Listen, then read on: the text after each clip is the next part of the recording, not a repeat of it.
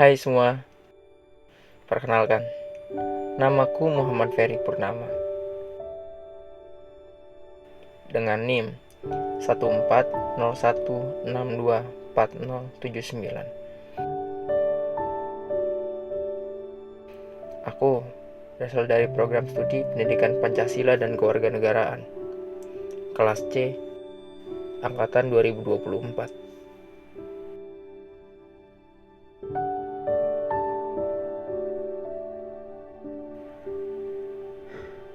Pernahkah kau merasa harapan itu jatuh dari ketinggian tanpa sempat berteriak? Aku merasakannya. Namanya SNBP. 4 kata di layar gawai, Anda dinyatakan tidak lulus, meruntuhkan segalanya. Segala persiapan kini hanya menjadi bekal sisa. Puncak pertama belum mengizinkanku menginjakan kaki. Malam-malam yang sunyi terasa gelap, ditemani bayangan kegagalan yang terus berbisik. Maka dihadapi SNBT. Ini bukan lagi soal rekam jejak, tetapi tentang pertarungan murni. Aku berjuang di antara tumpukan buku, berusaha keras fokus, namun bayangan penolakan itu kerap datang. Kemudian menggerus semangatku. Rasanya seperti mendaki tanpa peta. Modalnya hanya tekad yang goyah. Namun, di tengah kelelahan, aku belajar bahwa air mata adalah pupuk dan luka adalah penempa baja. Mungkin semesta memang sengaja membelokkan jalanku, bukan untuk menghukum, tapi untuk mengajarkan arti sejati dari sebuah usaha. Bahwa hal-hal terindah didapatkan di jalan yang penuh lumpur dan keringat. Perjalanan ini, meski pahit, adalah milikku seutuhnya. Perjuangan untuk menghadapi SNBT setelah ditolak SNBP bukan hanya masalah tekad, tetapi juga melibatkan proses berpikir dan belajar yang kompleks. Ilmu psikologi pendidikan mengenal beberapa teori utama yang dapat menjelaskan dinamika belajar ini.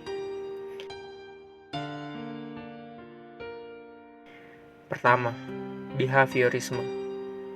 Teori ini berfokus pada perubahan tingkah laku yang terjadi akibat stimulus dan juga respon. Proses belajar adalah hasil dari penguatan ataupun hukuman. Yang kedua, kognitif. Teori ini berfokus pada proses internal di dalam otak seperti memori, persepsi, dan juga pemecahan masalah. Belajar adalah proses pengolahan informasi dan reorganisasi dari struktur kognitif. Dan yang ketiga, konstruktivisme. Teori ini meyakini bahwa pengetahuan dibangun sendiri oleh peserta didik secara aktif melalui pengalaman nyata dan juga refleksi. Individu tidak hanya menerima informasi, tetapi menafsirkannya berdasarkan pemahaman dan pengalaman yang sudah ada. Dalam keheningan, kita tak hanya menengadah ke langit, tetapi juga menoleh ke belakang, membedah mengapa langkah kita bisa tersendat. Perjuangan ini, Bung, bukan sekedar proses menghafal. Ia adalah labirin ilmu yang dijelaskan oleh 3 kompas. Pertama, behaviorisme.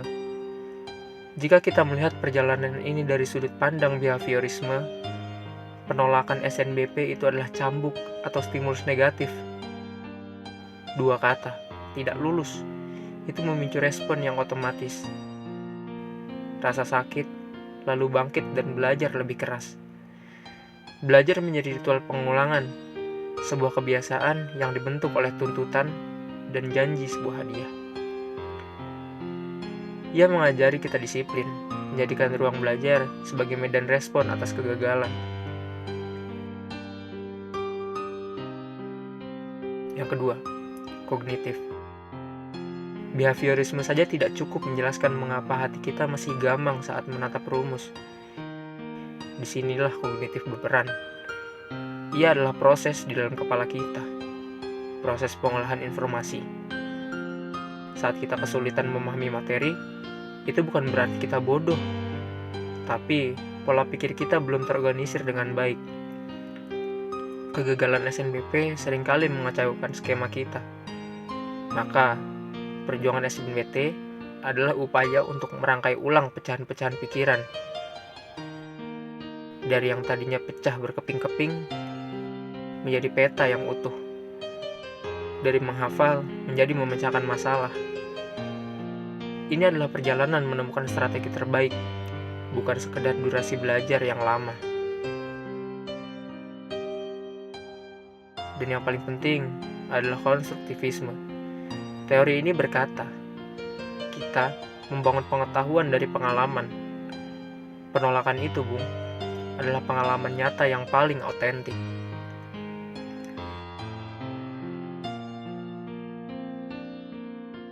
Jika engkau bertanya, manakah dari ketiga kompas tersebut yang paling menggambarkan keadaanku saat ini? Maka dengan lantang, aku akan menjawab behaviorisme, di mana sebuah cambuk stimulus memaksaku mengejar sebuah tujuan, yaitu lulus. Pada akhirnya, SNBP dan SNBT hanyalah gerbang, namun perjuanganku yang melibatkan cambuk perilaku, reorganisasi pikiran, dan juga pembangunan makna dari pengalaman pahit, itulah yang akan membentukku menjadi pendaki sejati. Aku tak hanya mengejar puncak, tetapi aku menemukan kompas diriku sendiri.